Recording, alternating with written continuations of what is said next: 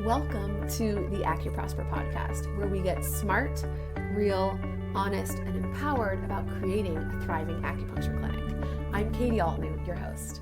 I'm an acupuncturist, herbalist, and ABORM certified fertility acupuncturist with a clinic in Denver, and I'm the founder of Acuprosper, which is my side passion project where I teach acupuncturists how to start, grow, and market their acupuncture clinics. And I'm the author of the book, Acupuncturists Mean Business.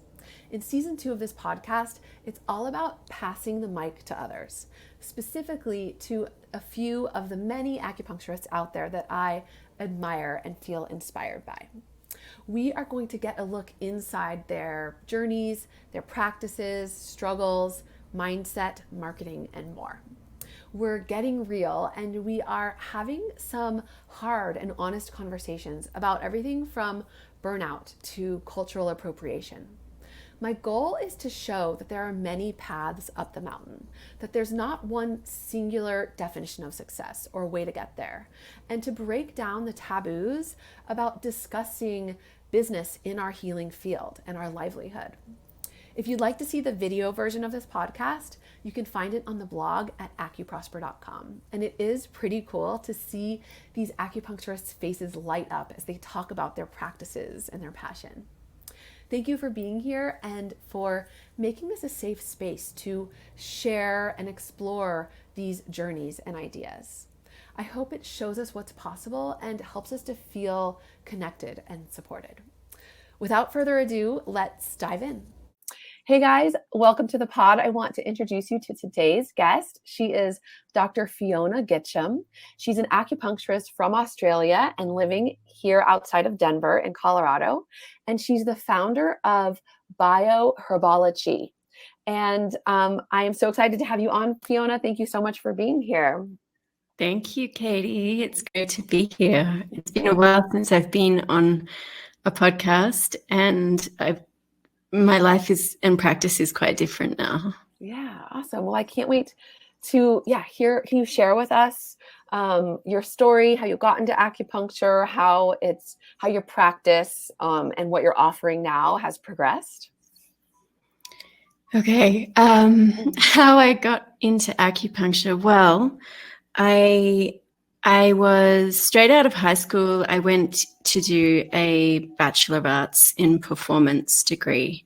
And so you could audition as a dancer or a musician or an actor. And usually people just did one of those, but I was into all of them.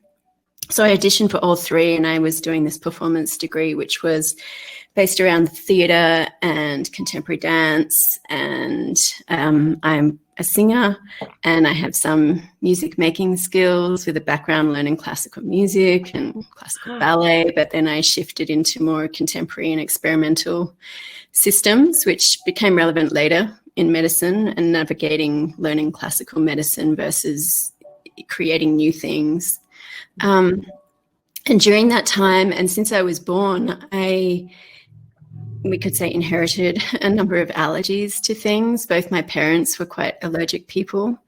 And so when I was very young, I had eczema, I had food reactions, and I was told also by my family, which was very Western medicine. My mum was a nurse and studying psych. And, I was told, like most of us are, that you were born with these allergies, you inherited, and you'll have them for life. And that's just how it is.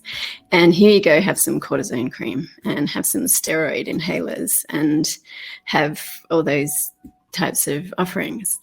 So fast forward to when I was in my late teens, from the age of 17 to 20, I was doing this performance degree and had trained as a dancer since I was 4 or so, and also in music since I was about 4. And I struggled to reach the certain level that a professional dancer would need to reach to go and join a professional dance company. And that was kind of sad for me at the time, but it also made me aware just how much inflammation was in my body and how much wasn't really working for me, and I'd already been experimenting with my diet, nutrition, and trying to figure out what my allergies were. And as part of that process, I became vegan. So I also learned a huge amount of nutrition, and I had family members and people I knew that would want to argue with me all day long about having meat in the diet versus being plant-based. And so I really had to become an expert just to defend my decisions and my explorations. And then an expert on nutrition, that is, and all the other issues involved in food. And then, so by the time I graduated from that degree, I didn't really have the confidence in myself to be a professional actor or dancer, but I was professionally singing, and that was really fun. And I was in a band and recording stuff, and that was great. But the reason was that I had skin issues. I had eczema. I had a lot of skin eruption and reactions. That wasn't hormonal acne. It was totally based on what I ate. And so I just didn't have the confidence in this world where you really, the vibe was you had to look perfect. And I didn't feel I did. And I didn't have I was sort of borderline chronic fatigue coming out of a professional dance training. Mm-hmm. So it was really a confronting time for me. And I was focusing on music. And then I was introduced in Sydney, where I was handed the phone number for a Native American shaman who had also become a medical doctor, but had put down Western medicine and returned to the native healing. God. And so long story why he lives in Australia, but he splits his time between Australia and USA, where he's from the Delaware.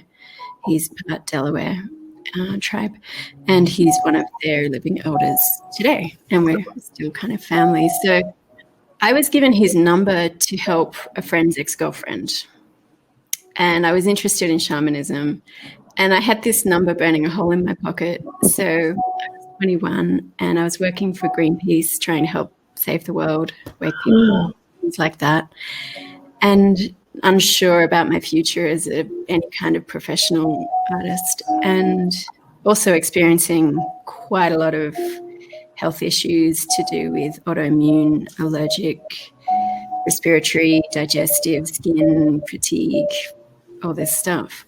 And that brings with it a lot of emotional roller coaster as well. Because I would notice that when I had allergic reactions to certain things, there was no mental, emotional component. And then other things, I would almost have an emotional meltdown after I ate something. Wow. So I was really trying to understand what was happening to me and kind of nail it down to the perfect diet for me so that I didn't have these problems, so that I could get on with the business of doing what I wanted to do. And so I knew that the person that we got the shaman's phone number for wasn't going to call the shaman. So like a week went by and I'd called the shaman. And I said, hey, and I had no plan what I was going to say once this older man with this big, deep, booming native voice, it was like, hello. I was like, oh, hi. So you're a shaman? And I'd been reading about shamanism for a few years, but I really just did it on the fly. And he said, he laughed, you must be the Aries. And I was like, well, yeah, I am an Aries. Wow. And he's like, yeah, I've been waiting for your call. Why don't you come over? Wow. Yeah. And I was like, wow. And I'd always said, I knew that the path of wanting to be a performer was somewhat like indulging the ego side of myself, and I had a really good mind for learning things and science and chemistry things, and so I always thought I would be a performer until I was too old to do that, and then I would become a herbalist or a writer or something like that. And it came way sooner than I thought. I pretty much skipped the whole performance thing in my early 20s and went straight to the natural medicine science. And so it began with this phone call, and I went to visit him, And I spent 3 hours there, and I thought while I was there, I could convince him I was impressive and he should take me on as an apprentice. And of course, it didn't go that way. I found out in that session just how, can I swear? Yeah, I think it's okay. I found out I was pretty fucked up, like health-wise, and that a bunch of it was connected to, emotional, psychological things and, inner wounds, childhood traumas, all these things that we all have. Mm-hmm. And so I remember at the end of the lesson, he gave me this herbal tea, the session, he gave me this herbal tea, and I just was crying, and I said, I'm really stupid. I came here to try and convince you that I had it together enough to be one of your students and that you would teach me. And now I realize that I'm not. And I said, well, actually, you are here so I can teach you. Wow. This is the beginning of the journey of the wounded healer. If you did have it all together and you had nothing that you needed to heal, I wouldn't be able to teach you, because you're going to need to learn how to heal yourself before you can then know how to help heal other people. Yeah. And that's when I really understood, that kind of level of self-love where you really accept that all the codes to become yourself are within you. Mm-hmm. And all your failings and shortcomings and problems and challenges are also a really large part of that. Yeah. So I started learning with him, and several years into it, so I started at about 21, 22, and by the time I was 25, I was enrolled in first year for Chinese medicine as a health science degree in Australia. And I really didn't know anything about Chinese medicine until just before I enrolled. I was scared of needles. And I really liked the idea of herbs, and I had learned a little bit about Native American herbology. Sorry, I just naturally say that now. Yeah. I'd learned a bit about native herbal medicine and, nutrition, like I said, through learning with him. And I had also learned the importance of my inner state, my inner dialogue, my emotional state, in terms of how my body would then react with inflammation. Mm-hmm. So because I had a degree that I wasn't really using, and I was a very academic kind of person, I guess I just started to want to have another degree. And I had been working in the environmental field, and I really wanted to know what was the best way to be able to help people and readjust the human relationship with the environment and with nature. And so I started to feel, after years of working with Greenpeace and doing all this, work, which I felt was great, I started to think, my role in this whole thing is really more powerful when I work with people one-on-one. And until each person adjusts the way they contextualize themselves on this planet, we aren't going to get anywhere with having a healthier relationship with the planet, and also then with ourselves, and then with each other. Yeah. So, this is all under the umbrella of being in right relationship. Yeah, it's beautifully said. Right. So thank you. So I started to think, well, I really think I'm becoming a healer, or I'm meant to be a healer. And I never saw myself that way. But it happened to me in my early 20s. And so I looked into Chinese medicine fairly briefly, and I read Between Heaven and Earth, which is a book that a lot of people begin with. Mm-hmm. Me too. And I was like, this is what I've been looking for. This is the whole medicine and healing meets relationship with nature, being in sync with nature and seasons, and really able to reconnect people with that as a conscious reality. I don't think we can ever truly be disconnected, but we can be unaware of how important that connection is. So I signed up for the acupuncture degree, and at the time it was the university in Australia. It was harder to get into Chinese medicine than it was to get into Western medicine. So we had interviews, we had to write an essay, we had to have a really good academic score. And I also really liked that too. I was like, wow, this really kind of speaks to all these parts of me and the things I'd valued at the time.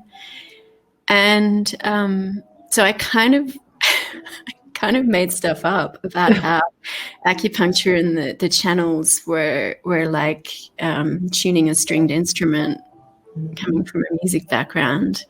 And I went to see a couple of herbalists and acupuncturists before I created my application, and somehow I got in.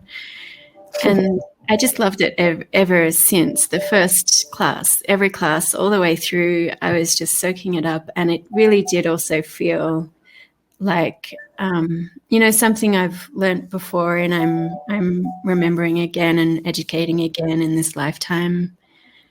So it really just became part of that tapestry that was unfolding for me in terms of learning who I was instead of being who I thought I was supposed to be. Mm-hmm.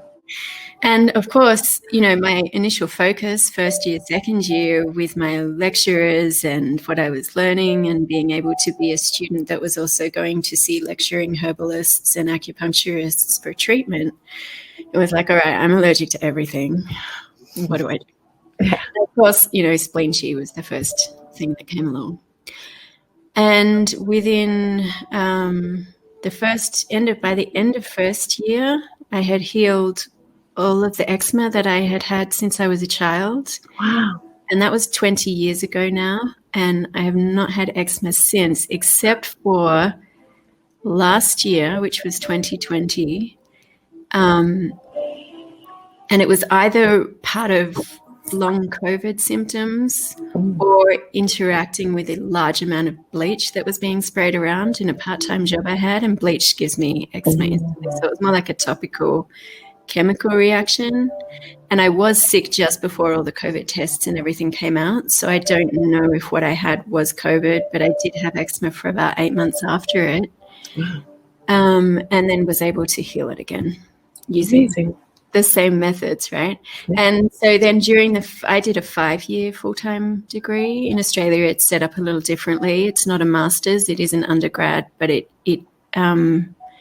is more extensive than the USA masters. So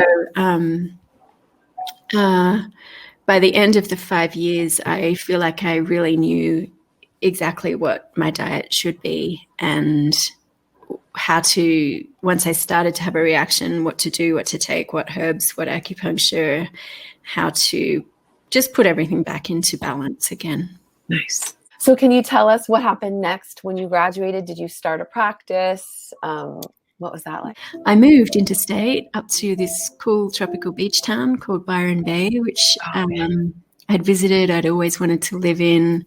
It's like a small hippie town on the beach where people go surfing and swimming with dolphins, and whales migrate past, and every second person's a yoga teacher, and everybody's nutritionally minded, and everyone else is a healer or some kind of sacred artist or something.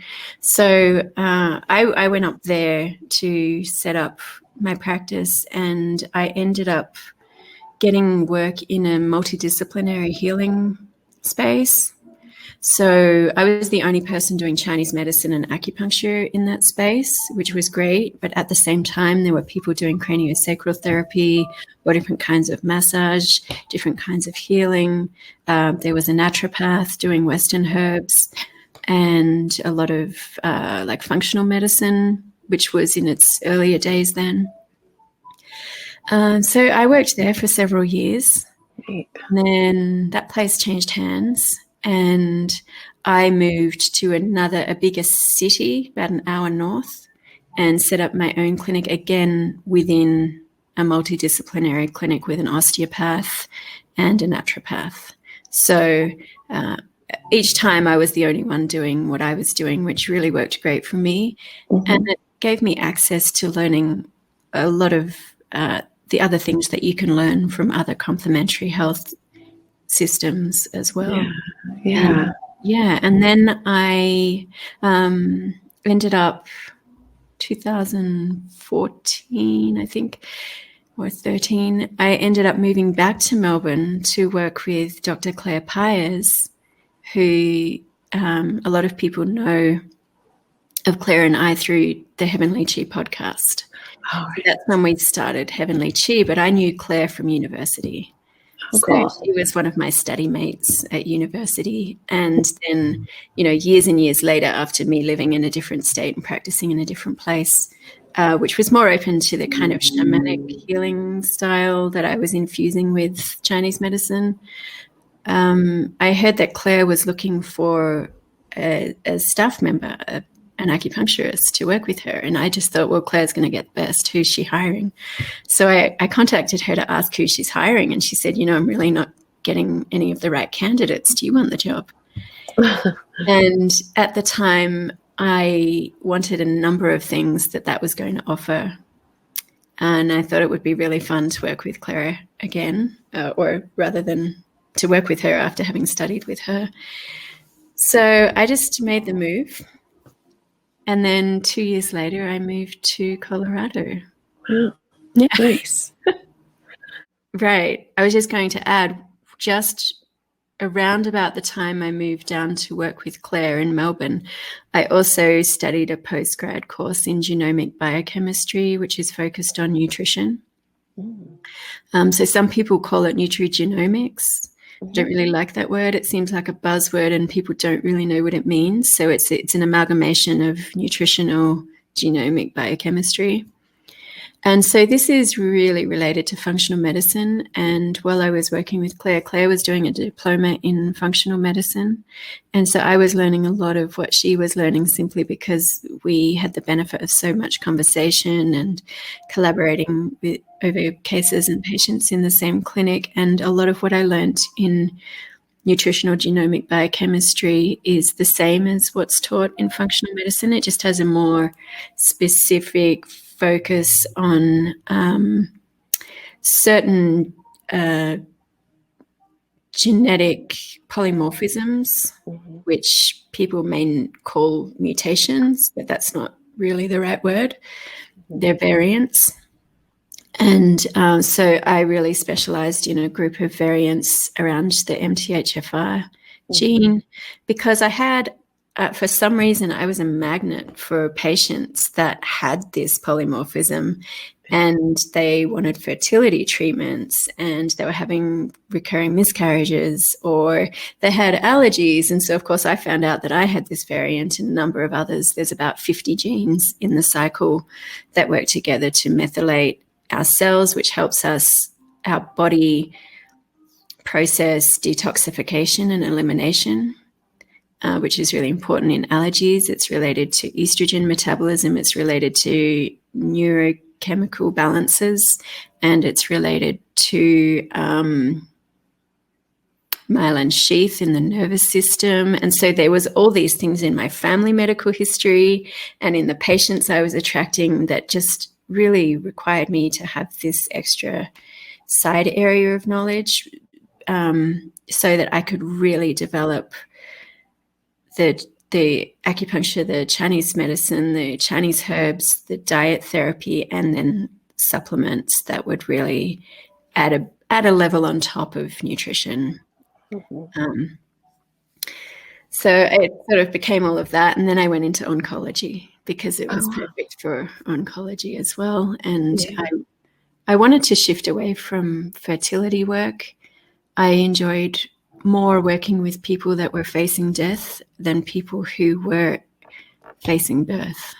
Wow, interesting. Yeah. So it sounds like you had so many different ways that you could work with people and help people. What did treatment look like back then? Like, I'm curious how you combined the shamanic practice with TCM. Was it like more of an intuitive way to practice, or can you like paint us a little picture about that? Yeah. Yes. The answer is yes. It really was driven by the patient and what they were into, because there's no point trying to impart this more spiritual or energetic or cosmic stuff to someone who is just really not into that, and that's not their language. So one of the first things that I learned really through the counseling style that we were taught as part of the Chinese med degree is to speak their language, to like, they're going to tell you everything with their words. They're going to tell you what's going on in their inner dialogue with their words. They're going to tell you stuff that they don't even realize they're telling you, how they feel about themselves, how they feel about acupuncture. You know, sometimes we get real skeptics come for acupuncture, so I'm not going to throw them into some more cosmic healing psychic session. For them, it was more like, okay, well, we're going to use these needles and this is how acupuncture works with a scientific language around it. And so for me, it was more so about understanding that everything really was the same in healing. Healing is healing. And then you can translate it into all these different languages. And so some people would come to me because they didn't even want acupuncture. They weren't coming for acupuncture. They were coming for hands-on healing. Like I do a Seishim Reiki method, which I learned from the shaman. And that's an ancient Egyptian form of hands-on healing mixed with a Japanese kind of rediscovery of it from a few hundred years ago. So Seishim or Sekhem is an Egyptian word and Reiki is a Japanese word. And so I learned both, and they're often taught together.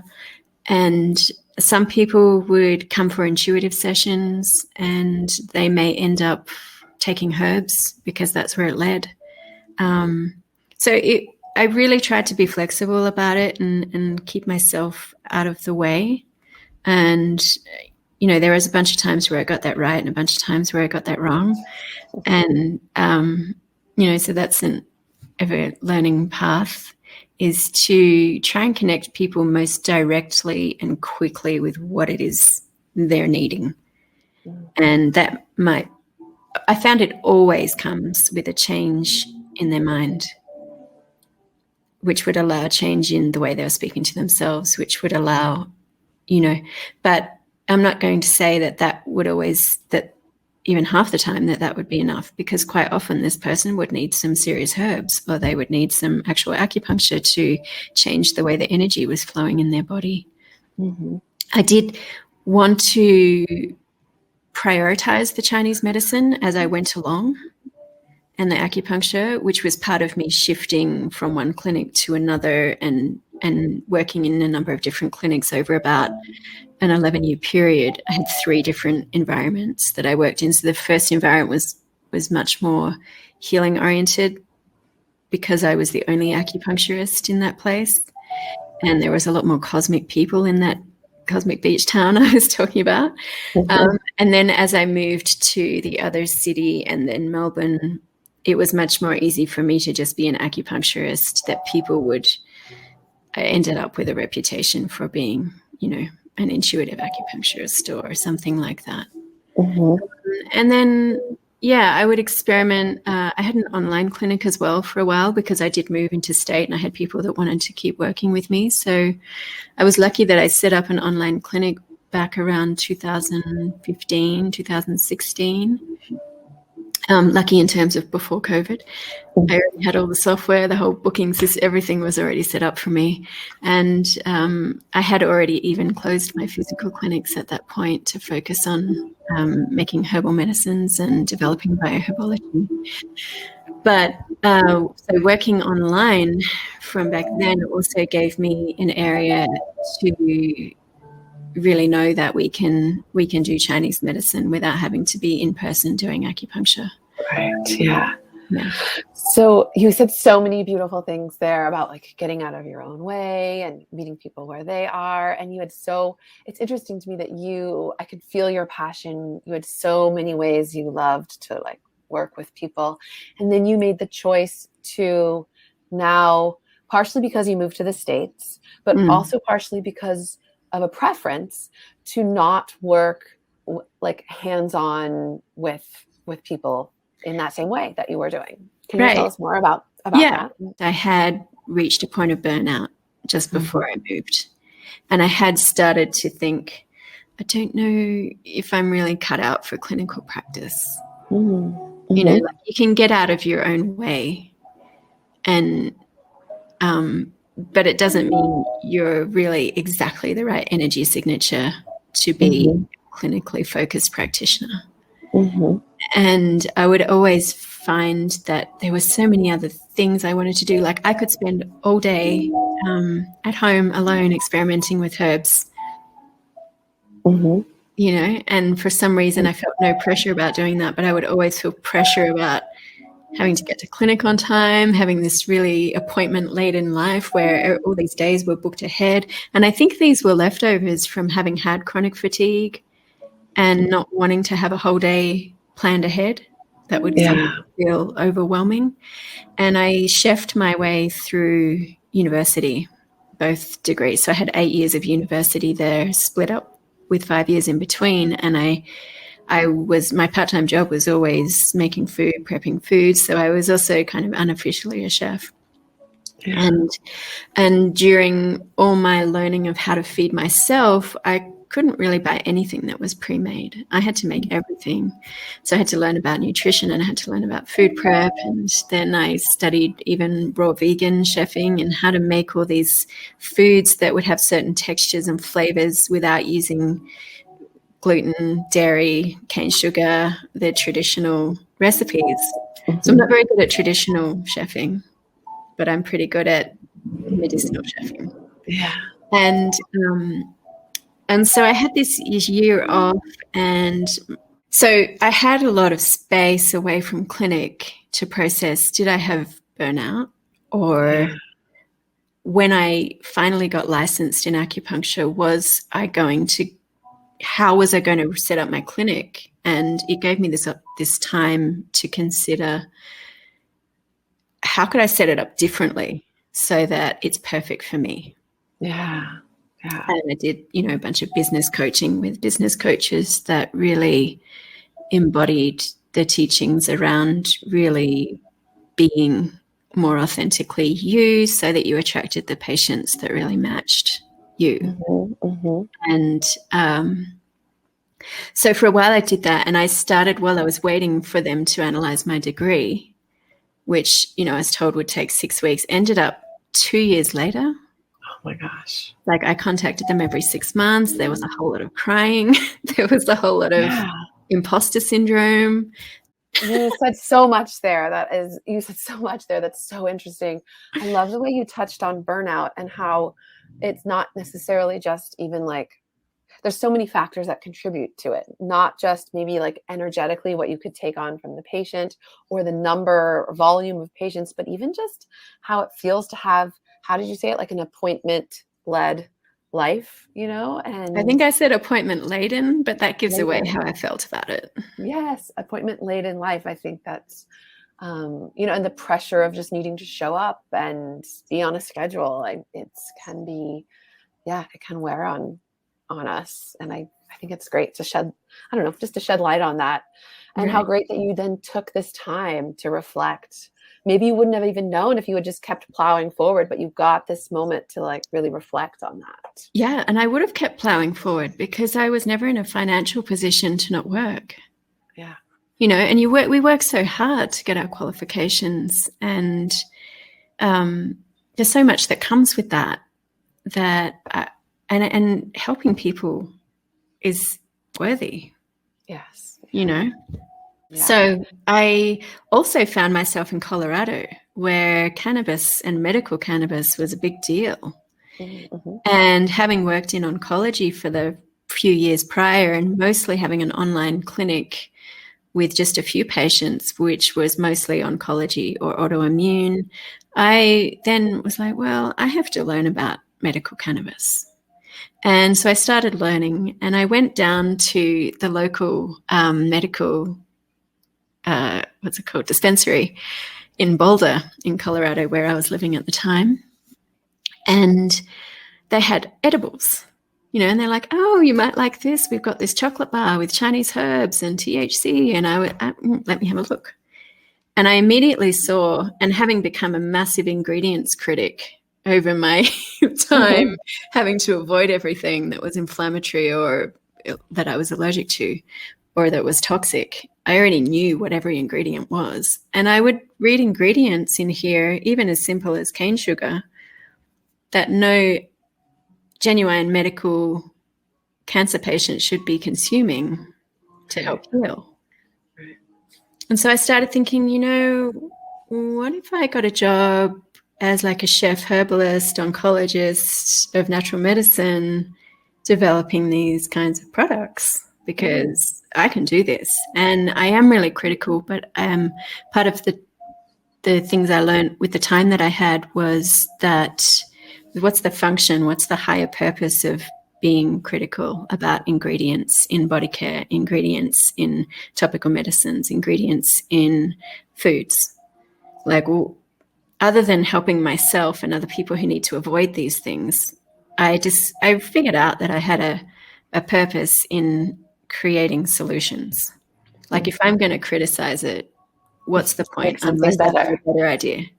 Yeah. I started to think this should and could really be my business. And I had a raw vegan dessert business on the side some years earlier in Australia, and I was sneaking herbs into these little raw vegan dessert treats, and they were, like high-end chocolates with gold leaf and stuff like that. So it was a combination of learning about medical cannabis and seeing what kind of offerings were available for cancer patients and working with cancer patients, and my skills and what I liked to do if I didn't have this appointment-laden schedule, and the fact that it was still, within these 2 years, I hadn't even heard back if I was allowed to do the board exams.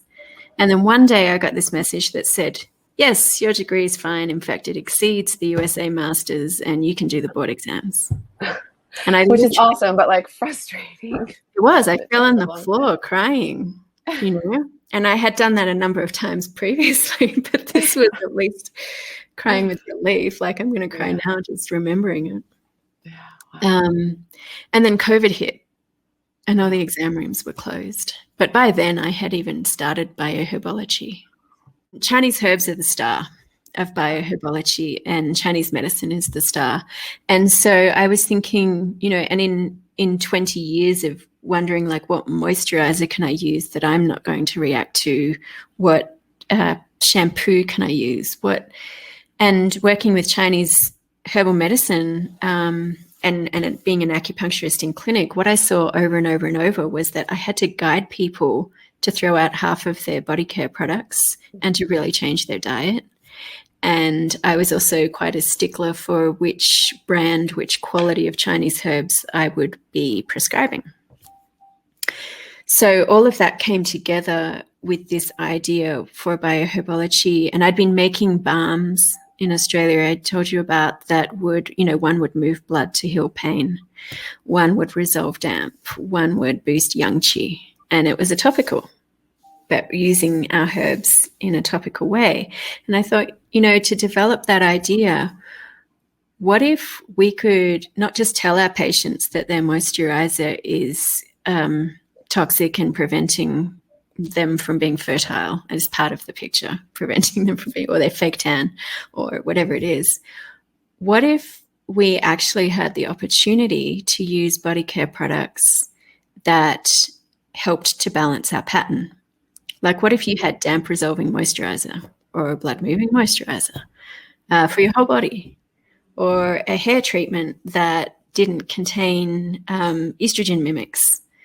And all these things really came together. And I had studied cosmetic chemistry for a while, and I had also looked into Spagyric Alchemy a number of times, which is now something I'm really big on and developing more of. So I started with the balms that I had, and I had been teaching people for a good 8 years or so how to make a product which out of oils and Chinese herbs that they would infuse the oils with that would help heal their hemorrhoids or anal fissures, things like this, non-toxic vaginal lubricants, which we could infuse with herbs. So I had simpler versions of some of the things that are now products that I make.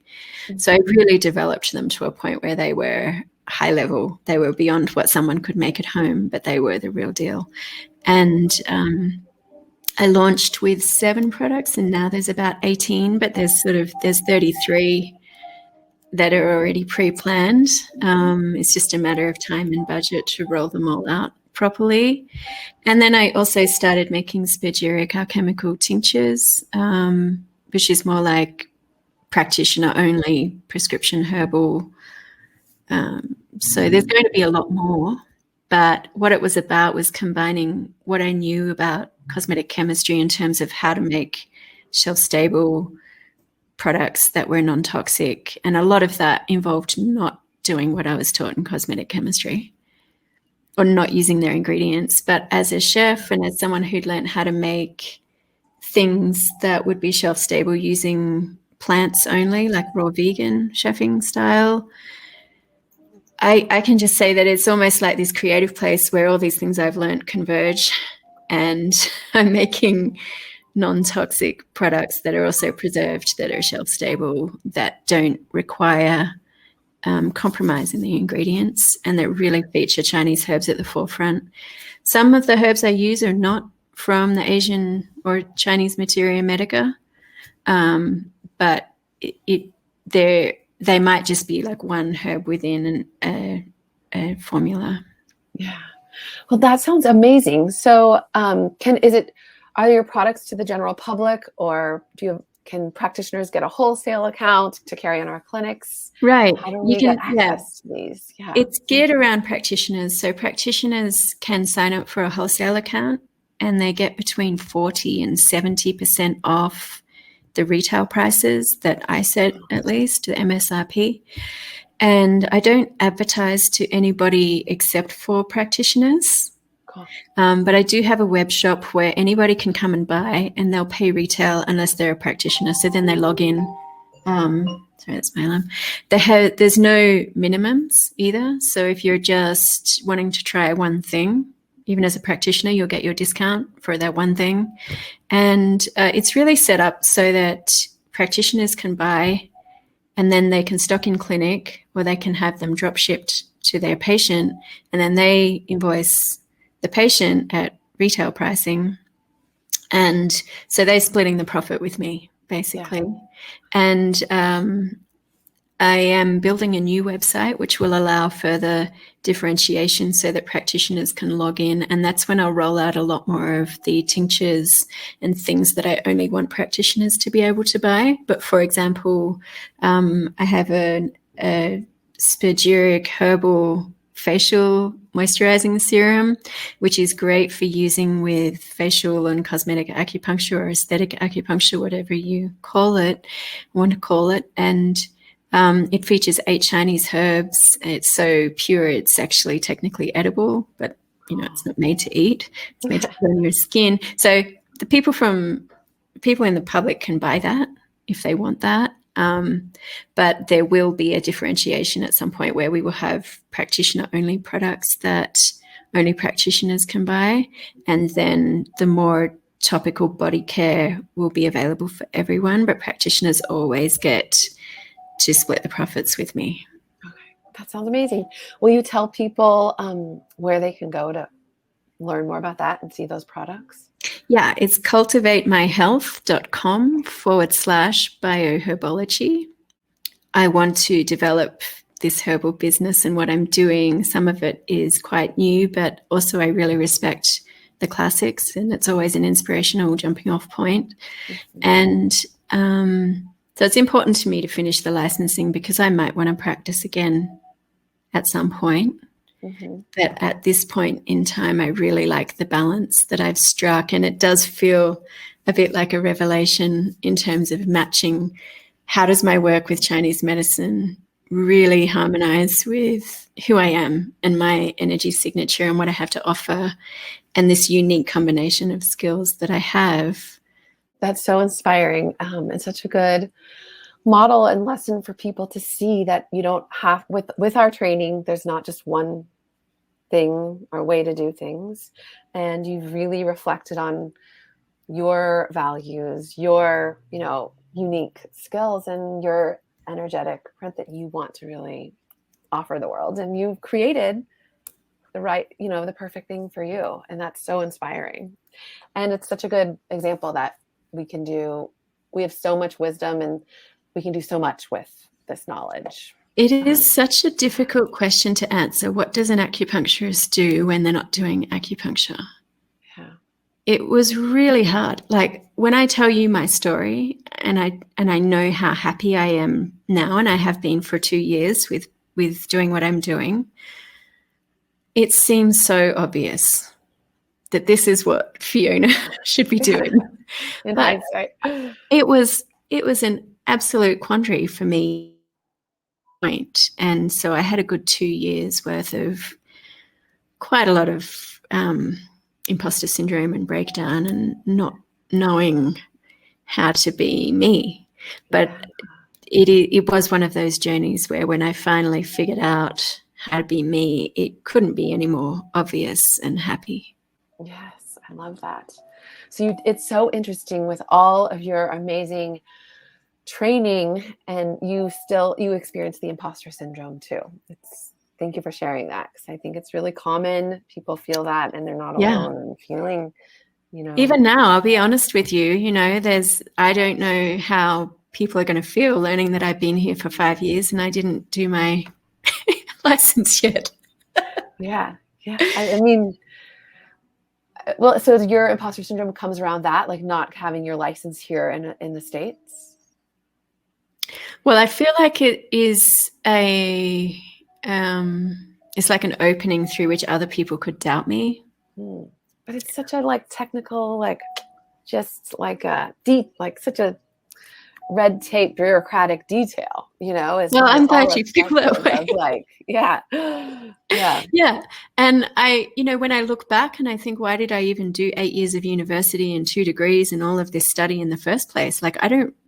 And now I'm still a student again, delving into Spagyric Alchemy, which is something you can also learn for life.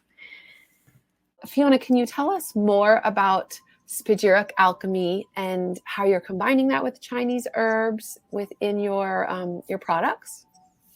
Yeah, I would love to. So I'm aware that Spagyric Alchemy is not something that a lot of Chinese medicine practitioners or Asian medicine practitioners really know about, but it's definitely going through its own kind of renaissance, and we're seeing more and more Spagyric Alchemy products and lab processing methods coming to the fore in all kinds of herbal medicine traditions. So I would love the chance to just give a brief rundown on that, because I think a lot of the kind of renaissance and bloom happening in the world of Spagyric Alchemy really was able to get a leg up and start to thrive because of the burgeoning medicinal cannabis industries. So now we're at a point where it's more accessible to learn how to do Spagyric Alchemy, and there has been a number of chemists/alchemists in the last 50 years who have done some really amazing work uniting chemistry and lab chemistry testing with what kinds of extracts and what kinds of active constituents and medicines are produced by Spagyric Alchemy methods. So that's really exciting, because there's more and more information now coming out to really support it, like there is with research on Chinese medicine and Asian herbs and acupuncture. We're finally getting some scientific data which helps those fields bloom at this time. Mm-hmm. Yeah. So I know you're going to ask me, sorry, my throat's dry. This is all part of life in Colorado. Yes. We had a lot of smoke lately from fires in California, and hopefully my voice gets a little better as we go. So I know you want to ask me about why I started the Venus Rising Chinese Medicine group. Mm-hmm. And that does have a little bit of relevance just to my introduction here about Spagyric Alchemy. So as I said, I'm definitely not a teacher. In the last few years, I've found myself a teacher and a mentor, and I've been reading books and getting private lessons as well to really help me elaborate how I'm going to apply this in my lab with the herbs that I want to use. And what's really interesting to me is that a lot of the history of spagyrics has developed through Europe over the last 500 or so years. And so a lot of the herbs that have been extracted with this method are European herbs. And so there's a lot of crossover with the Asian materia medicas, but there are also a whole lot of herbs from Asia that may have never been extracted with these processes, or may have. We don't know how far back it goes, because there's certainly an ancient history of alchemy going right back to Egypt. And so to sum up a little bit of the history, to put it into context, when I had my first deep history lesson on spagyrics with my mentor, he started talking about Atlantis and Lemuria, which is way, way, way back, and talking about how there were different periods in ancient history where the knowledge was developed by men and periods where the knowledge was developed by women. And often those were separate periods. And it's really now at this time that those portions of knowledge are coming back together. And then we have the history of, according to European history and Egyptian history, the first alchemist, and I did little inverted commas with my fingers there because we know that people have been doing alchemy for longer than this, but is often attributed to a woman called Mary the Prophetess, or Mary the Jewess, who lived in Egypt in the 1st century. And I took some interest in her because I was wondering if she may have been the same Mary as Mary Magdalene. Ooh.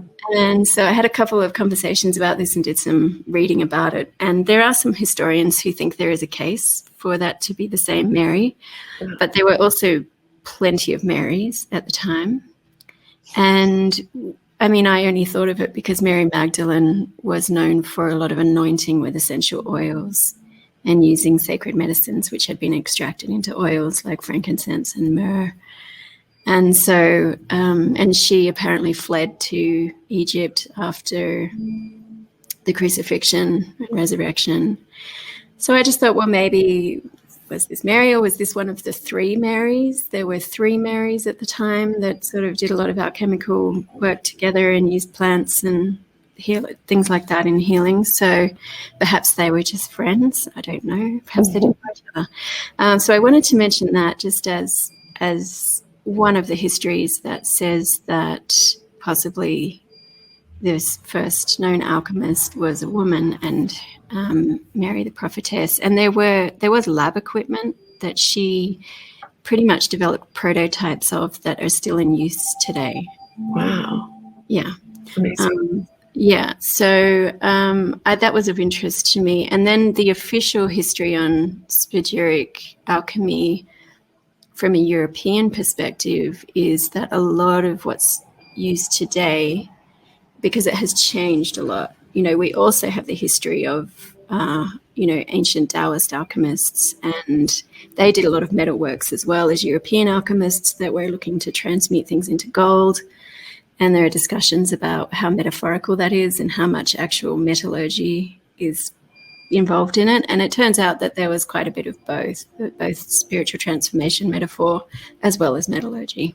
And we have the same in Taoist alchemical history. We know that there are certain metals that are no longer allowed to be used, like mercury, in Asian medicine and Chinese medicine.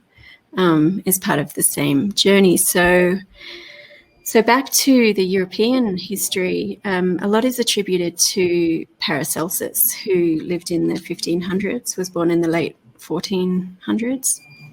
And he is often called, if you just do a simple Google and his name, you'll get that he's the father of pharmacology. He was a physician and an alchemist, and he's known as the one who really established the role of modern chemistry, or the beginnings of modern chemistry, in medicine in order to make medicinal compounds, isolate them, and turn them into things we take as medicine.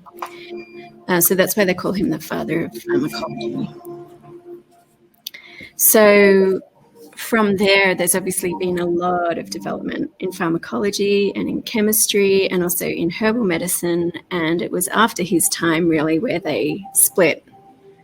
So the split between what we call modern industrial or synthetic and chemistry or pharmacology has only fairly recently split from being a doctor of herbal medicine. Wow.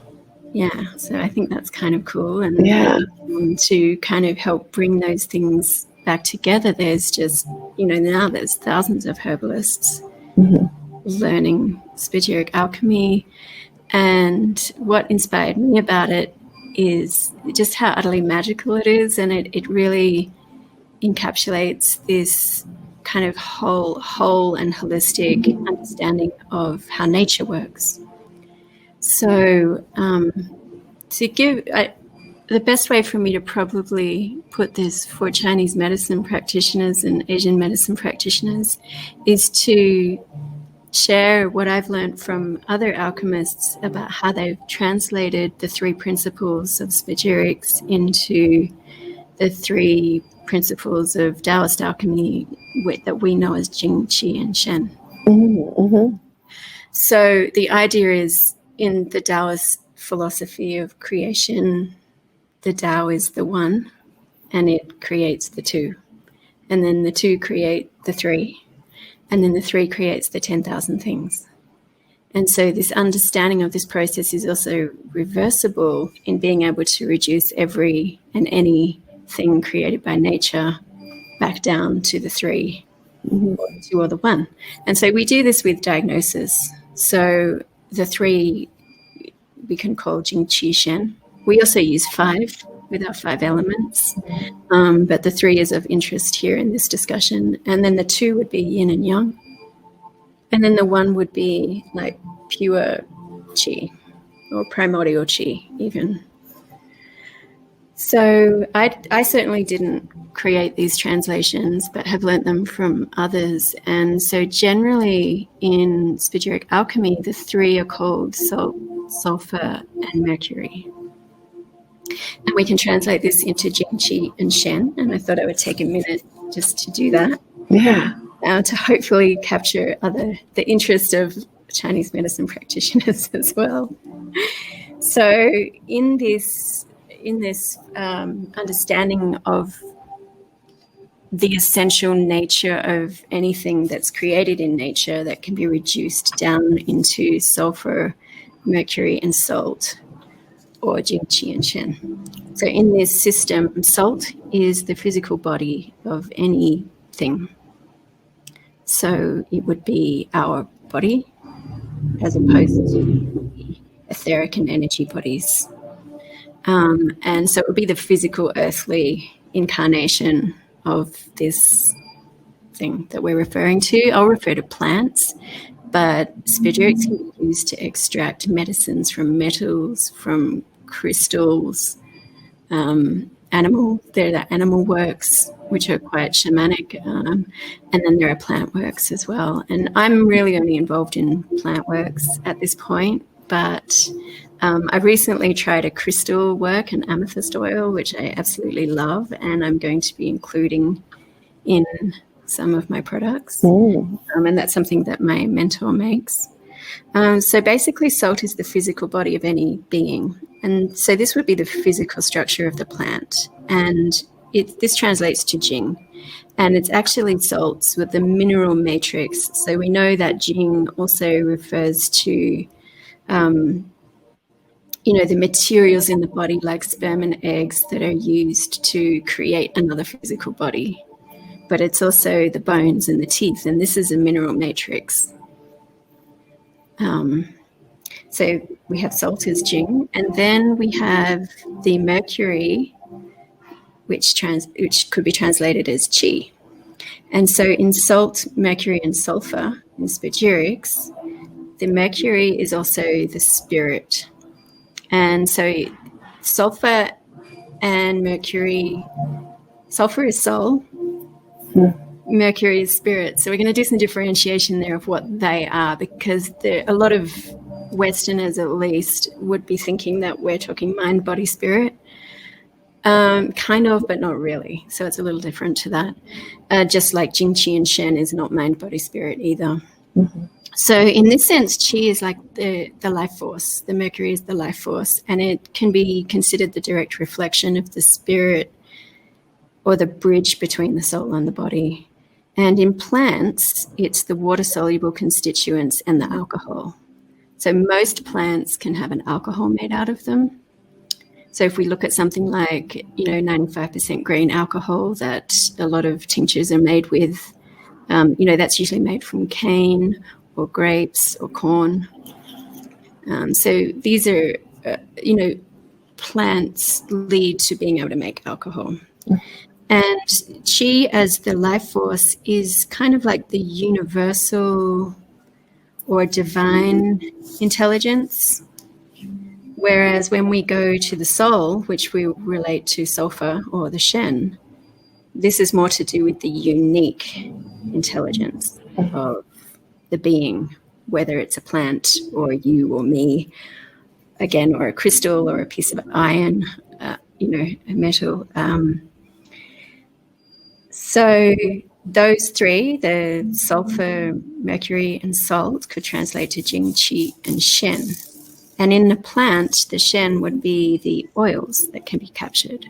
So the water-soluble constituents would be the Qi, and then the Shen would be the plant essential oils. And those are really the parts, the actives that can make the plant, unique, because we know we can make, for example, alcohol out of multiple plants. Mm-hmm. They'll all have a uniqueness to them, but that's because of the sulfur or the Shen. And so these two, the sulfur and the spirit, the sulfur and the mercury, or the soul and the spirit, often work together. Between, having the divine life force or the pure life force in you, as well as having this unique aspect to your soul, which is more about like your desires and feelings, emotions, and intentions. Yeah, that's beautiful. I love that, those parallels. And so you are using those aspects and properties of plants to combine them with Chinese herbs to create really unique products. Yeah. So in the context of extracting medicines from plants, where this becomes really useful and really holistic, which I think is a perfect match for Chinese medicine and Asian medicines, is that there are no other extraction methods that actually extract all three parts and then reunite them to create a whole medicine. So I can use the example of making a tincture. And a lot of herbalists know how to make a tincture. You mix your herbs with a certain amount of alcohol, and it might be a certain percentage, and so therefore you may have a certain percentage of water content as well. And there are ideal ratios to use depending on whether the plant is fresh or dried, what kind of plant it is, how much water content it has, for example. So then you would steep your herbs in your alcohol and possibly alcohol water mix for often 8 weeks. And then you would filter them out, and then you would have your tincture. And that's usually where a lot of traditional tincture making would be done.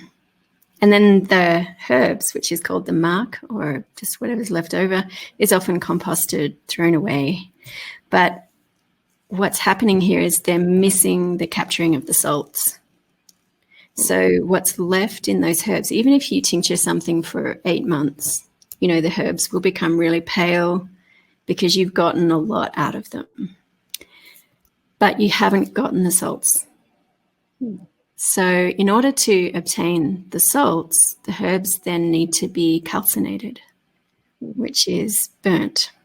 So lit on fire, burnt at really high degrees, like about 1100, 1200 Fahrenheit or 550 Celsius.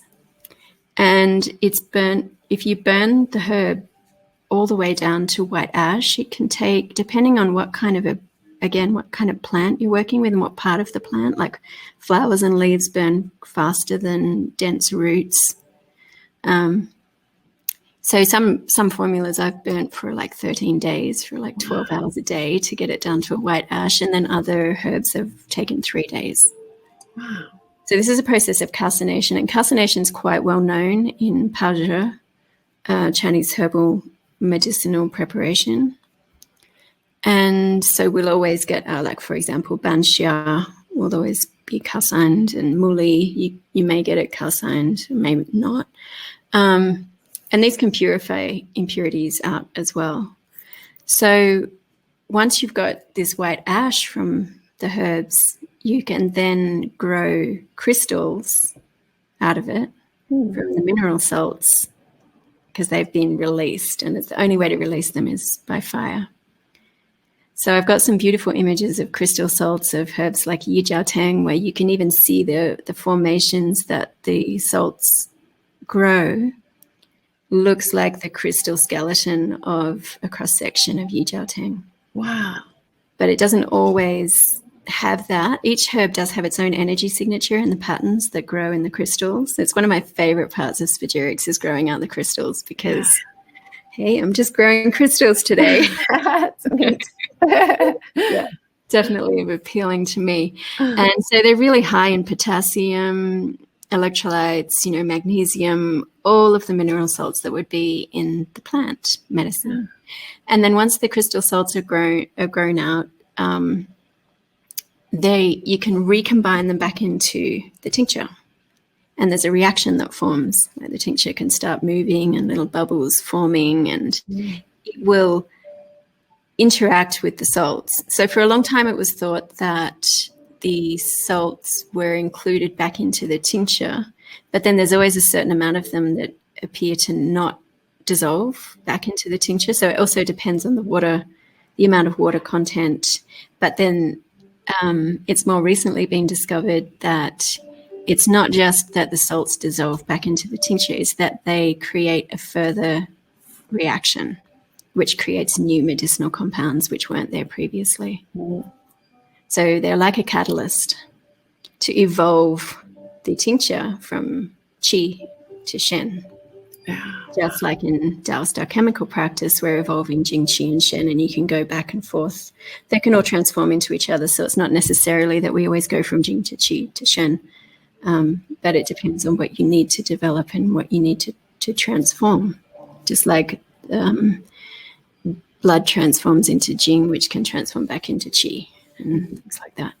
So once you then have to filter out whatever doesn't, like the precipitate, whatever doesn't go into the formula, but then your tincture is much more, it changes pH because you've evolved it with the salts and created this catalytic reaction, and it contains more medicinal compounds. It can be more potent than a traditional tincture, and also it can definitely be more bioavailable, because the salts are really the perfect delivery system into the body, those electrolytes.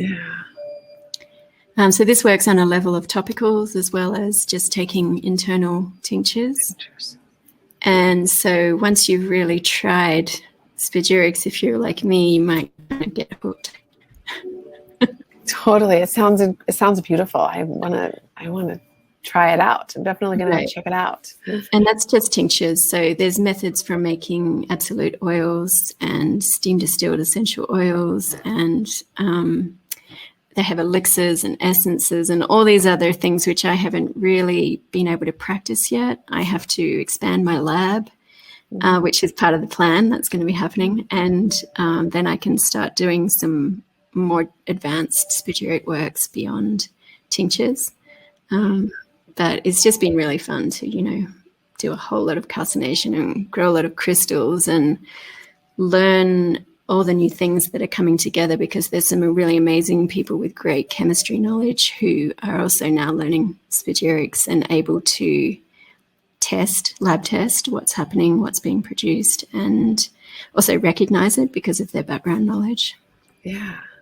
Well, this is incredible. Thank you for sharing about this. It's really neat to see how Chinese medicine mixes in with that, and how you the way you practice and what you're doing and creating has transformed. And I can totally see how you just want to do like a deep dive into that, and how this has become your world now. And so you're not doing in-person acupuncture anymore. At the time, you are totally focusing on bioherbology and creating these medicinals. Right. And when you medicinals? doing things like calcination, it's you can't really go anywhere. You have to make sure the fire is safe, you know. Oh yeah, totally. And there's another side to it as well. Early alchemists really paired alchemy with astrology. So, you know, there can be an astrological ruler of each plant, each medicinal, based on its functions in medical astrology. And so I've been into astrology as well for about 20 years. So it was right up my alley to be able to not just, you know, am I making this formula, but when would be the ideal time to start the process of this herb. Mm-hmm. So it's you know, can be more elevated to process a particular herb at a time that is powerful for it. Oh, interesting. Yeah. Well, I feel like your story is one. It's inspiring, and it's neat for people. I think all acupuncturists to see all the other things that are possible besides the one way we think we need to do with our degree, right? Like practice in a certain way in a certain clinical setting. And your story is one that really illustrates that other things are possible too. We can think out of the box, and the application of our medicine and expertise there's a wide array of possibilities and potential. So thank you so much for sharing. Yes, I loved hearing about it. And You're welcome. I was thinking about your podcast being called the AcuProsper podcast. Mm-hmm. And, you know, we were talking about what can an acupuncturist do when they're not doing acupuncture. And, you know, I think the advice that says, you know, to really be authentic and follow your passions has really applied to me. Yes. Yeah. I think that's beautiful. Just trying to always be introspective. What are your gifts and your interests? Yeah. And, you know, I'm just discovering I'm not a scholar, but I've popped into the scholar forums a couple of times to ask about Taoist alchemy and how they were preparing certain formulas that did use alchemical methods, and they were also using astrology in their timing, and, you know, obviously developed calcination to prepare certain herbs certain ways. So I really look forward to perhaps more bridges being revealed. I love that. More bridges being revealed. Yes. Well, Phiona, I have loved hearing your story. It is so inspiring. One big thing I wanted to talk to you about, and how I discovered you and learned about you, was how you created the Venus Rising Facebook group for acupuncturists. And I really want to talk about why you created that, and sort of like patriarchy or like misogyny and sexism in our field.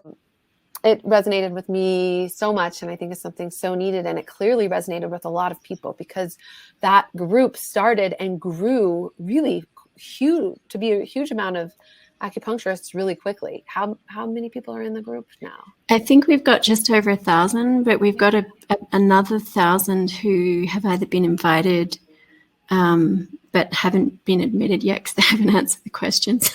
Yeah. So hopefully we can keep growing. It hit like a chord with people in a good way, where they were like, wow, we need this. And so can you quickly tell us what the group is and Sure. Let's start with that, I guess. Yeah, I have to confess that I had no intention to create this group. It really happened overnight. But I could see the need for it. So I made a post on another women in acupuncture group, and I can't even remember today what it was I wrote in that post, but it was just a discussion about kind of the premise that 70% of Chinese medicine practitioners are female, but it's not 70% of the experts or teachers or leaders in our field that are female. So what was up with that? Right. And I was really just asking, and this has nothing to do with putting down male practitioners or undermining their expertise in any way. Right. I love men, love women, love non-binary people. And so for me, it was at some point, I don't even really remember what I wrote in that first post. And when I did it in this other group, it was someone else's group, and she was taking a hiatus from social media. So she wasn't there at the time, and I didn't know whether that was the case or not. But we just got so many responses from female practitioners who really wanted to talk about this and to talk about things like nature versus nurture and why females are less likely to present themselves as an expert or as a leader or to have the confidence to write a book or something like that. And, there's so many subtopics related to this topic, and then there's so much space for facilitating non-male practitioners to take that journey where they may be trying to become an expert or wanting to become a teacher or a leader in some way in our industry. And so, basically people said, let's start a group about this. So overnight, and this was around Christmas Eve, 2020. Yeah, so 8 months ago. And so the next day I started a group called Venus Rising Chinese Medicine Network. About lifting women up, basically, like women supporting each other. Kind of. It was just creating the space to see what would happen, because people seem to want a space for this.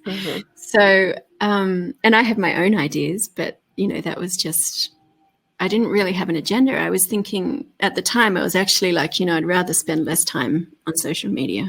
Yeah. And if I did ever start a group, it really should be a group to educate practitioners on my products. So it also felt a little bit like somebody's got to do it, and I'm getting the call right now, and this is really not what I planned. Yeah. But hey, I'll do it. So at least just to hold the space. The group can do what the group needs to do. So I started the group, and I think it was just within a week we had 700 people or something. And so we allowed in female and non-binary practitioners. And because I think non-binary practitioners are also really underrepresented, and I wanted to allow them to share in having the space, also to get the support to become experts or teachers or leaders. And it's not that support's coming from me. I don't really think I'm an expert, really. And I'm not an expert at how to foster expertise. So creating the space. Right, yeah, creating the space, and that we had those people in our industry already who were offering courses and mentorship and things like that to be able to connect with the others. So for me, the point was creating the network space. And so it became quickly apparent we had to set up some ground rules. And so I just want to make it clear that one of the rules is definitely that this is not a group in which there's bitching about or gossiping about male practitioners. We had like one incident of it, and I just wanted to shut that down right away, because I'm also all about solutions. We need to know what the problem is, we diagnose, but we don't just stay there, do we? We treat. Right. So what are the solutions? And without comparing us to male practitioners or putting down male practitioners in any way, how do we address why we're not accurately represented in the leadership of our industry? Right. So from there on in, there was a whole bunch of ideas and flurries of excitement about projects people can do, projects people are already doing, and just a bit of talk and a little bit of book club for members to look at what may be the blocks within them as to why they wouldn't pitch themselves as an expert, even having comparable knowledge and skill to other people who were considered experts. Yeah. So just to reiterate important points that you made. So 70% of acupuncturists in the US are women, and you're not making that up. I looked at an NCCAOM report from, I think, 2013. Their executive report shows 70% of acupuncturists are women. And certainly there are some amazing women leaders and teachers, but the majority of the teachers and leaders are men, right, in our field? I mean, yeah, I don't know exactly what the count is, but I know that several members were articulating that they would feel a little upset when they would see conference after conference with like a 90% or 100% all-male panel. Yeah. And so like, well, where are all the females? And I know that in most Western countries, most holistic health practitioners or natural medicine practitioners are female. So I don't know what the stats are in China or in Japan or other Asian medicine countries. Yeah, I'd be curious. Right. There's a great quote that I think kind of sums that kind of issue up. In a book I learned about in your group, someone recommended it, the Cassandra speech. Yeah. I got it, and I finished it last week, and I'm like obsessed with it. And it's by Elizabeth Lesser, and she says, "The world would be different and better if women had an equal say in the development of literature, medicine, physics, peace, economics. Better not because women are better, but because they are more than half of humanity, representing more than half of what it means to be human. And in the case of acupuncturists, it's way more than half, right? So we just are not getting, our leadership is not really representing all that our medicine has to offer." And I think it's interesting to think about, like, how would it, there's a ubiquity of the male perspective then in our profession, if those are the leaders, majority of the leaders and teachers, and how would it be different, right? How would the world be different? Right. How would our field be different if more women did raise their hands, right? And say, I have something to offer. I have a valuable perspective. I have something to teach. I can lead. Yeah. And so I think your group is trying to say, like, hey, like, how can we shift this to empower more women to, like, think of themselves as leaders? Is that right? Yeah, for sure. And for me personally, the reason why I kind of answered the call, so to speak, in accepting, okay, I'm going to start this group and see what happens with no plan is, harking back to what we were talking about in our last interview, where I started with kind of being an environmentalist and wanting the world to heal its relationship with nature. And for people to come into right relationship with nature, it means they need to come into right relationship with each other. And so it's spoken of often through native cultures that we really started to damage the environment more when the grandmothers weren't leading the tribe, or at least having an equal voice in leading the tribes. And this doesn't speak for all cultures, of course, but it's been spoken of fairly frequently and broadly across many cultures. And, since the rise of feminism and intersectional feminism and ecofeminism, I really think these are important issues to discuss, because we tend to understand that a lot of what's going wrong today may be a consequence of a patriarchal capitalist system. And so to come up with alternatives, we need to think differently from the kind of thinking that created the problems. Yes. Yeah. Absolutely. So we need to include the voices of women. We need to include the voices of non-binary people. We need to include the voices of other or minorities. We need to include the voices of Indigenous people. And we really need to equalize away from the white male patriarchal capitalist system in order to solve our problems. And these are enormous problems that face humanity. So the fact that our industry in Asian medicine is just a microcosmic reflection of this global issue.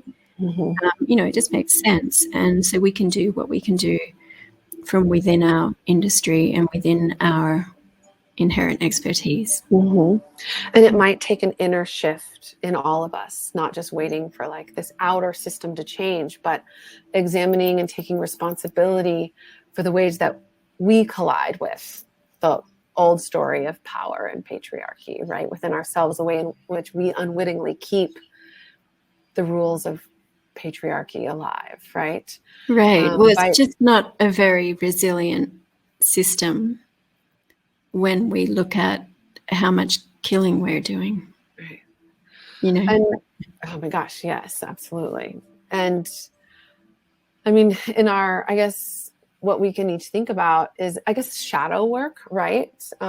Where the things we think we shouldn't be, and the ways we repress our own natural human inclination to shine bright, to influence, to create, to lead. If there's ways we probably subconsciously as women have been told it's wrong or shameful, right? I think it's a common experience for women who are going through the stage of their life and their career where they go from being a beginner to experienced to perhaps becoming a teacher or an expert or writing a book. It would be more common in the experience of people who aren't men to have to overcome certain psychological and emotional blocks to even consider themselves that way or allow themselves to take these steps or be able to carve out time in their life to be able to take these steps because of responsibilities like parenthood or accessibility to being given those positions by authorities. But having said that, taking care of all the things, as women, it's shifted that women, are more in the workforce, but until, men are doing equal things at home, then women are just doing all the things and don't have time to write the book or do anything else. Right. I grew up with a very independent, academically minded feminist single mother.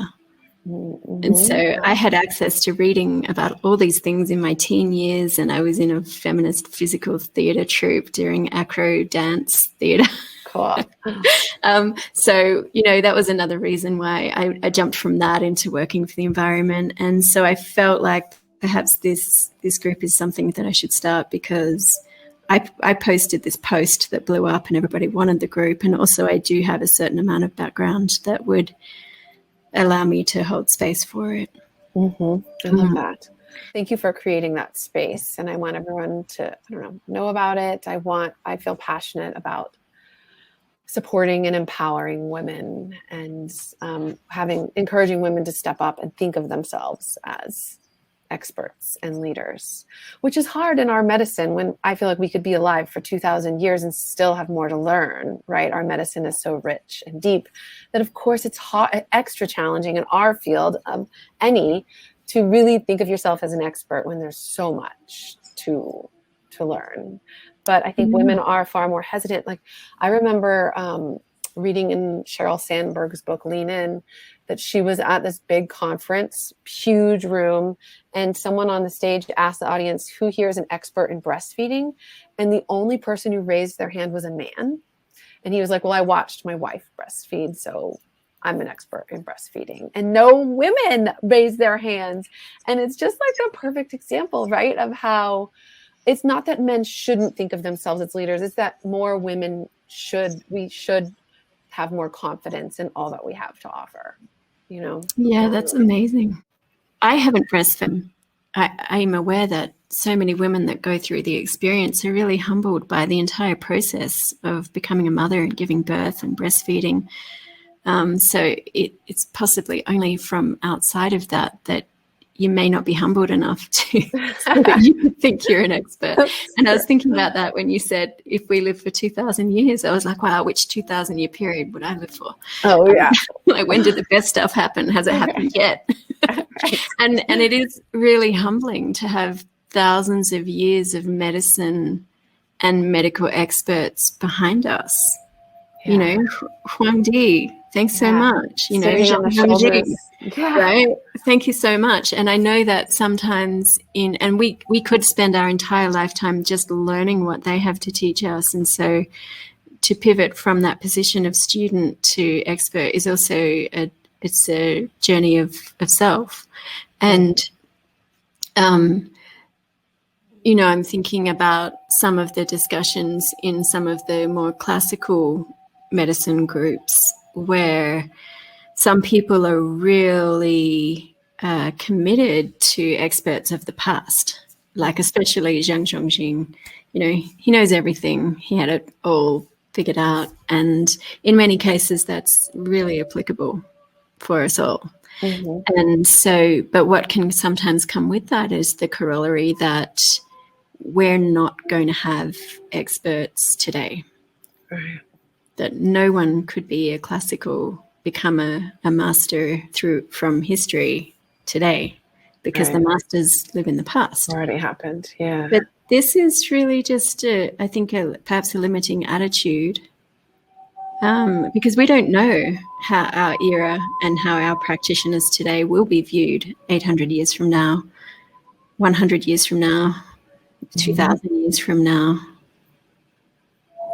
Yeah, that's so true. Wow. And time doesn't stop. Right. Knowledge doesn't stop evolving. Right. Evolution doesn't stop evolving. Right. So true. Why would mastery stop somewhere? So true. Yeah. So we just want to encourage women to you know, to be brave, to like kind of bravely think of themselves as having something to offer and contribute to that field and to each other. Yeah. Well, I think also leadership is kind of an energy signature thing. Some people just have no interest in it, and that's fine. Mm-hmm. And other people are all about it in their energy, even if they're trying to avoid it. I've certainly done that quite often.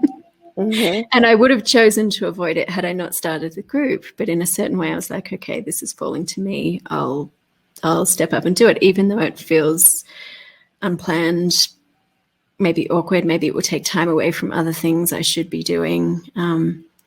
But it was just understanding that when you have leadership in your energy signature, you're constantly going to have opportunities like that. And what journey do you go on to be willing to accept them and play your part in what everyone can benefit from? And it's a very humbling thing. I don't say that to sound like, you know, to do it for the ego or the glory or the fame or anything, but it really is, at least from my perspective, about understanding what you said earlier, that maybe you just have something to offer that other people want or need and will benefit from. Mm-hmm. And then allowing that to happen. Mm-hmm. Absolutely. And maybe, you know, we think of leadership, maybe the way we think of leadership is a really masculine version, patriarchy version of leadership. Maybe it doesn't have to require such visibility or ego, right? And maybe it can be a quieter, softer version of contribution if that's more comfortable to someone. Yeah. I think I can relate to that a lot. I'm constantly negotiating with myself how visible I want to be, because I don't really want to be that visible, and yet I have to be to survive and get my medicines out there to some degree. But I want it to be about the work, not about me. Right. I feel that too all the time. Yeah. It's hard to do things like podcasts and tell your story and, you know. Yeah. But you find ways that it's comfortable for you. Like it's more comfortable for me to just quietly publish a book and a podcast than go like shout on all the Facebook groups or something. You know what I mean? Just quietly do your work. Yeah. And your people find it, hopefully, you know? Yeah. Have you quietly published a book? Mm-hmm. Mm-hmm. That's great. Yeah, I published a book called Acupuncturist Mean Business last March. Yeah. Well, congratulations. Thank you. Thank you. And yeah, I don't like to talk about it. You just like have something to contribute, you do it. And then I don't like the idea of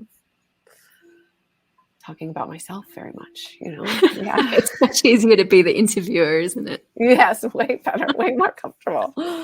Yeah, I think that was another reason for the group, was to really make known and network with our role models, so that they became more accessible. Yeah, and I wanted to, do you have another question?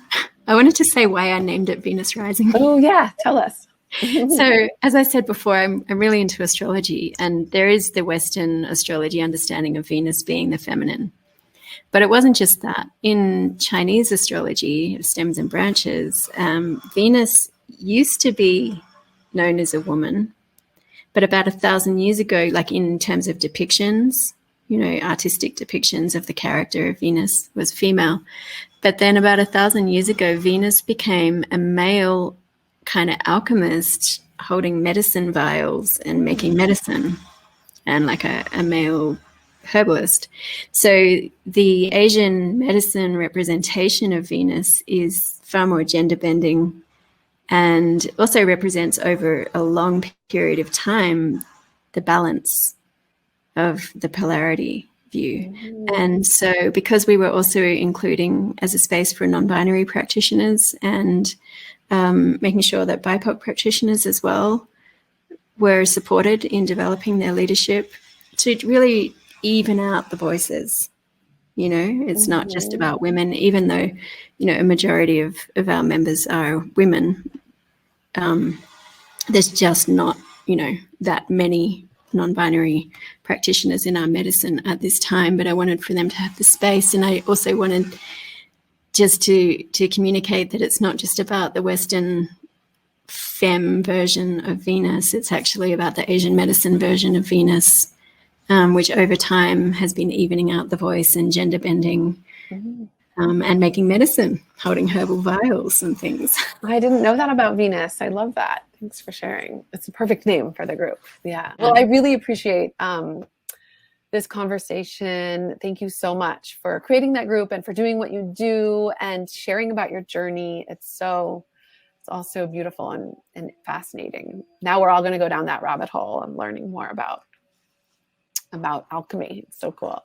Right. Well, yeah, there's, if you want to at least hear about it from me, following my social media, I tend to try and weave little bits and pieces in throughout it, just to differentiate out also what my offerings are.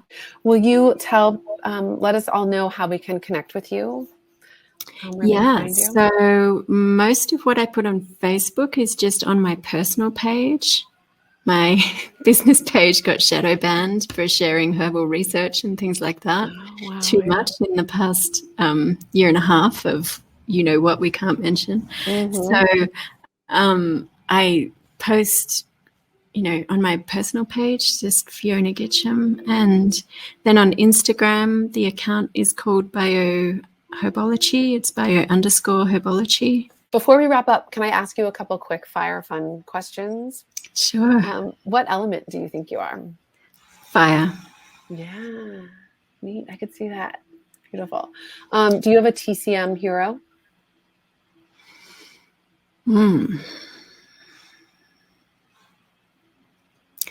Well, in context, it's just really hard to answer. There's just so many. Yeah. But in context of our discussions, I think about I really like ancient history and ancient Egyptian and Chinese history. And when I was at university and I learned about who discovered the trigrams of the Bagua, which are the beginnings of yin and yang, and the I Ching, and it's ascribed to the male fuchsia. But there was a theory at the time that one of my female lecturers, was interested in, which was that perhaps fuchsia was actually a collective of alchemist practitioners, and that they were mostly female. And it took this kind of collective visionary process to access this kind of knowledge and these universal symbols of the Bagua. And then, of course, Huangdi, and I mentioned Zhang Zhongjing. And then modern day, we have people like Sharon Weizenbaum, who we featured in the group, and Cara Frank. These women who have certainly been in the industry for some decades now and have a lot to teach and have really played big leadership roles. And I love following Lorraine Wilcox's posts, her scholar translations, and she's been so generous and sent me a whole bunch of information related to female gynecology works that she's translated, which I haven't really done anything with yet. Great.